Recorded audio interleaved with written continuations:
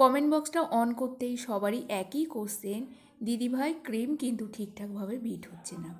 মনে হয় আমার চ্যানেলে আমি 5 থেকে 6খানা ভিডিও দিয়েছি শুধু হুইপ ক্রিমের উপরে। পারফেক্ট টেক্সচারে হুইপ ক্রিম তৈরি করার জন্য ছোট ছোট টিপস ফলো করতে হয়। একেবারে ক্রিমটা ডিপ ফ্রিজ থেকে বের করে কিন্তু কখনো বিট করবে না। তো ভিডিওর মাধ্যমে আমি তোমাদের ছোট ছোট টিপসগুলো শেয়ার করেছি।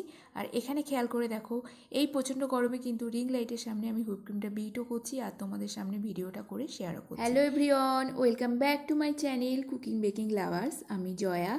আজকে তোমাদের কাছে শেয়ার করছি ছোট্ট একটা কেকের টিউটোরিয়াল, যেটা দেখার পর কিন্তু তোমরা খুব সহজেই ক্রিমটা তৈরি করে নিতে পারবে, তাছাড়া পারফেক্ট কেকের ডেকোরেশনও করে নিতে পারবে। তো চলো শুরু করা যাক আজকের কেকের ডেকোরেশনটা। তো প্রথমে এখানে আমরা তৈরি করে নেব ডার্ক চকলেটের গানাশ। তো এখানে আমি নিয়েছি 2M কোকো কম্পাউন্ডের ডার্ক চকলেট। তো ডার্ক চকলেটটা তোমরা যে কোনো কোম্পানির ব্যবহার করতে পারো। তো এটাই আমার বাজেটে কম আসে, সেই জন্য আমি এটা ব্যবহার করেছি। কিন্তু আজকাল এই চকলেটটার কিন্তু দাম প্রচণ্ড বেড়ে গেছে। মডের যে চকলেটটা আছে সেটা একটু লো প্রাইসে আছে। তো এখানে আমি টোটাল 120 গ্রামের মতো চকলেট নিয়েছি। এর সাথে অ্যাড করে দেবো হুইপ ক্রিম। আজকে তোমাদের কাছে হুইপ ক্রিম দিয়ে গানাশ রেডি করছি। তো 120 গ্রাম চকলেটের মধ্যে আমাদের এখানে লাগবে 60 গ্রামের মতো হুইপ ক্রিম, বা তোমরা আমুলের ফ্রেশ ক্রিমটাও ব্যবহার করতে পারো। তো গানাশটা আমি মাইক্রোওভেনে রেডি করে নেব 30 সেকেন্ড করে। অন্যদিকে কেক ডেকোরেশন করার জন্য কতটা ক্রিম লাগবে সেটাই মেপে নেব। তো একটা কেক ডেকোরেশন করার জন্য আমি এখানে টোটাল 200 গ্রামের মতো হুইপ ক্রিম মেপে নিচ্ছি। আর হুইপ ক্রিমটার মধ্যে সামান্য পরিমাণে বরফ আছে আর সামান্য একদম লিকুইড আছে। এই ফর্মের হুইপ ক্রিমটা আমাদের কিন্তু গরমের সময় বিট করতে হবে। তো প্রথমে আমি এখানে যে ইলেকট্রিক বিটারটা ব্যবহার করছি এটা হলো বাজাজের 250 ওয়াটের। তো আর আজকে যে ক্রিমটা আমি ব্যবহার করছি এটা হলো সান হুইপ ক্রিম, রিচ কোম্পানির। এই ক্রিমটার প্রাইস পড়ে 130 টাকা করে। তো যখন একদম কাস্টমার আমাকে একদম কম বাজেটের মধ্যে কেক ডেকোরেশন করে দিতে বলে তখন আমি এই ক্রিমটা ব্যবহার করে থাকি। আর যখন বাজেট হাই থাকে সেই হিসেবে আমি ক্রিমটা কিন্তু বাজেটটা আপ ডাউন করে নিই। তো এরপর আসা যাক ক্রিমটা যদি তোমাদের গরমের সময় বিট না হয় তাহলে ক্রিমটা তোমরা একটা বরফ বাটির উপরে রেখে বিট করবে। আর যে রুমটার মধ্যে তোমরা ক্রিম বিট করবে রুমের টেম্পারেচারটা যেন একটু ঠান্ডা থাকে। কিচেনের মধ্যে কিন্তু কখনোই তোমরা গরম জায়গাতে হুইপ ক্রিম বিট করবে না, তাহলে ক্রিমটা কিন্তু একদমই স্টিফনেস। তো 200 গ্রাম ক্রিম একটা 250 ওয়াটের বিটারের সাহায্যে বিট করতে আমার এখানে মোট সময় লেগেছিল 4 মিনিট। আর এখানে তোমরা কিন্তু বিটারের কাঁটাটা কিন্তু কন্টিনিউ হাতের সাহায্যে নাড়াতে হবে। আর যাদের একদমই ক্রিমটা স্টিফনেস আসছে না তারা কিন্তু এর মধ্যে জিএমএস পাউডারটা ব্যবহার করতে পারো। তো 200 গ্রাম হুইপ ক্রিমের মধ্যে আমরা 140 এসপি মতো জিএমএস পাউডারটা ব্যবহার করব। জিএমএস পাউডারটা দিলে কি হয়, ওটাকে যে হুইপ ক্রিমটা আমাদের লিকুইড ফর্মে চলে আসছে সেটা কিন্তু ঠিক। তো তোমরা সবসময় খেয়াল করবে হুইপ ক্রিমের মধ্যে যেন বেশি পরিমাণে বরফ না থাকে। বরফ ক্রিমটা বিট করার পর দেখবে একটা সময় কিন্তু ক্রিমটা স্টিপ চলে আসবে, সেই ক্রিমের সাহায্যে কাজ করলে কিন্তু কোনোভাবে ক্রিমটা ঠিকঠাক থাকবে না, কিছুক্ষণ পর মেল্ট হয়ে যাবে। আর একটা নির্দিষ্ট টেম্পারেচারে যদি তোমরা ক্রিমটাকে বিট করো সেই ক্রিমটাকে কিন্তু মোটামুটি আমরা আধা ঘন্টার জন্য বাইরে রেখে দিলেও কিন্তু ক্রিমটা কোনোভাবে গলবে না। তো হুইপ ক্রিমের একটা পারফেক্ট টেক্সচার কেমন হওয়া চাই সেটা কিন্তু তোমরা এখানে খেয়াল করে দেখো। যখন বিটারের কাঁটাটা আমরা ঘোরাচ্ছি তখন কিন্তু অনেকগুলো এক একটা পার্ট বাই পার্ট কিন্তু এখানে ফোল্ড হচ্ছে। তো এটাই হলো একটা পারফেক্ট সফট টেক্সচার, যেটা হলো স্মুথ টেক্সচারের একটা হুইপ ক্রিম। আর এর থেকে যদি আমরা বেশি বিট করি তাহলে এই ক্রিমের মধ্যে একটা হার্ডনেস আসবে।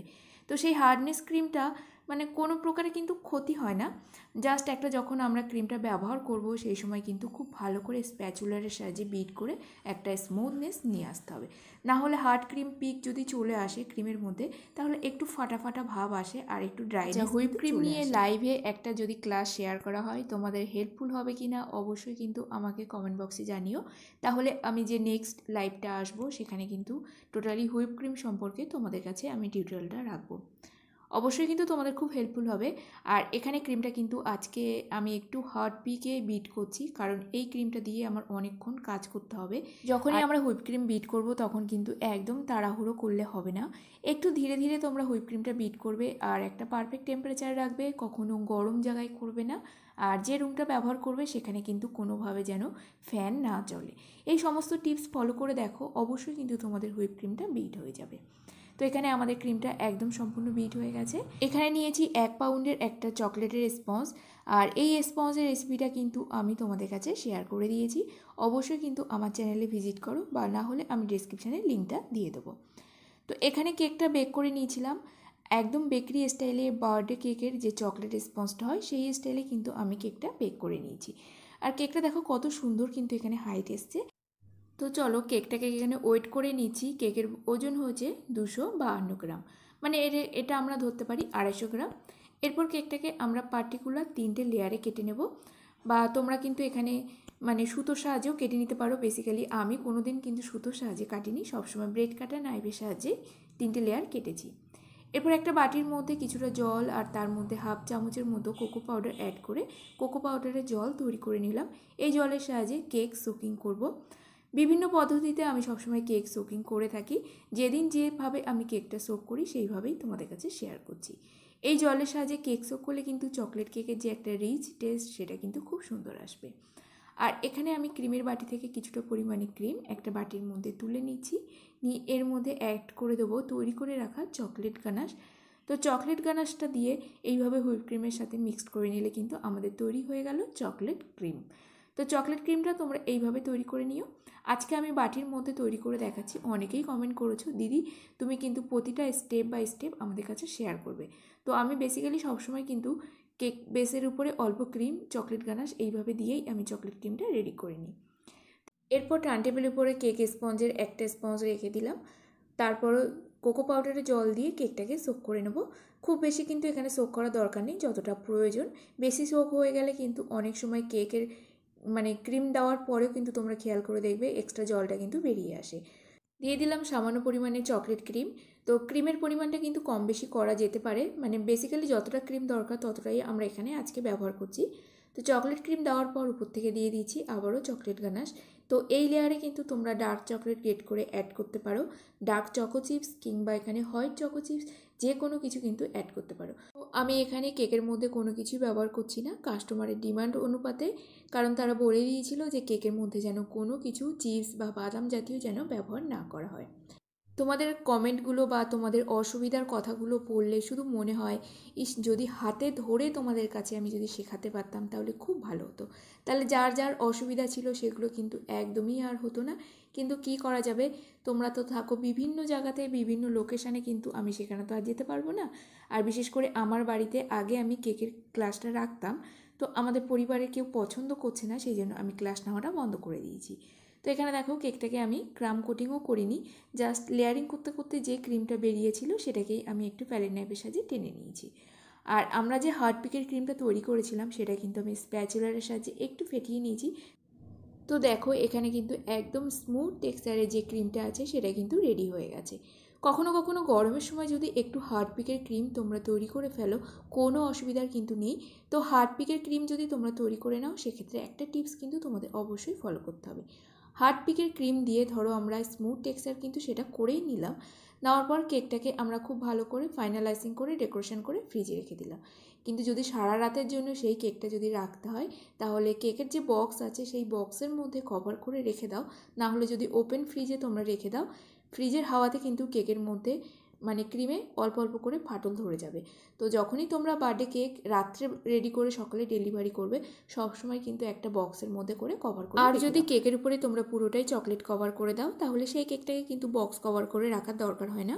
এমনি নর্মাল ফ্রিজে রেখে দিলে কি হবে, কেকের যে চকলেটটা তোমরা ব্যবহার করলে সেটা কিন্তু খুব সুন্দরভাবে সেট হয়ে যাবে।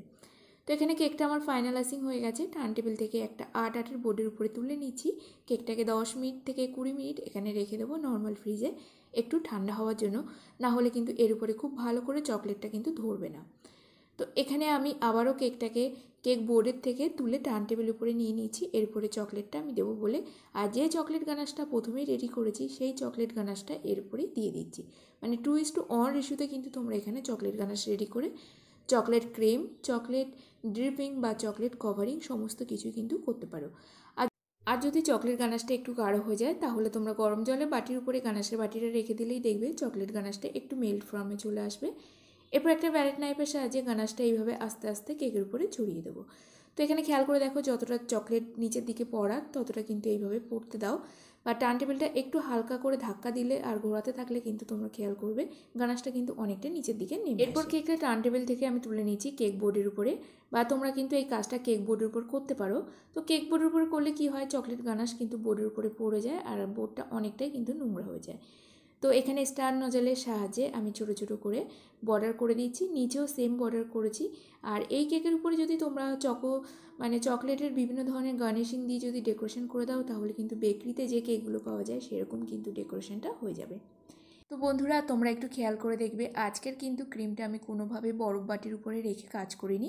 যেহেতু ক্রিমের মধ্যে আমি একটু হার্ড পিক এনেছি, সেই জন্য আমাদের ক্রিমটা কিন্তু খুব সুন্দরভাবে স্টিভ আছে। আর যতবারই আমি ক্রিমটা নিয়েছি, বারবার করে স্প্যাচুলার সাহায্যে একটু বিট করে নিয়ে একদম নরম টেক্সচারে নিয়ে এসে তারপরে আমি ক্রিমের কাজটা করেছি। আর এখানে ছোট ছোট ফুল তৈরি করে নিচ্ছি, এটা হলো R11 নজলের সাহায্যে। আর এখানে একটা গোলাপ আমি তোমাদের কাছে দেখাচ্ছি, বাকি দুটো গোলাপ আমি অফ ক্যামেরায় তৈরি করে নিয়েছিলাম। আজকের ভিডিওটি কেমন লাগলো বন্ধুরা, অবশ্যই কমেন্ট করে জানিও। আর ভিডিওটি ভালো লেগে থাকলে লাইক, কমেন্ট, শেয়ার, সাবস্ক্রাইব করে দিও। তো এখানে দেখো আমি ছোটো ছোটো পাতা তৈরি করে নিচ্ছি, প্যালেট নাইপের যে ছোটো সেট থাকে সেই সেটের সাহায্যে। ইদানিংকালে এই সেট দিয়ে কাজ করাটা শুরু করেছি। কেকের ডেকোরেশনটা কিন্তু একদম কমপ্লিট হয়ে গেছে। কেকের লুকটা কেমন এসছে বন্ধুরা, অবশ্যই কিন্তু কমেন্ট করে জানিও। আর এই কেকটা তৈরি করার পর মিনিমাম তোমরা 4 থেকে 5 ঘন্টা নর্মাল ফ্রিজে চকলেটটা সেট করে নাও, তাহলে খেয়াল করে দেখবে খুব সুন্দরভাবে কিন্তু চকলেটটা একদম সেট হয়ে গেছে। আর এই চকলেটের উপর একটু আঙুল লাগলেও কিন্তু কোনোভাবে আঙুলের গায়ে লেগে যাবে না।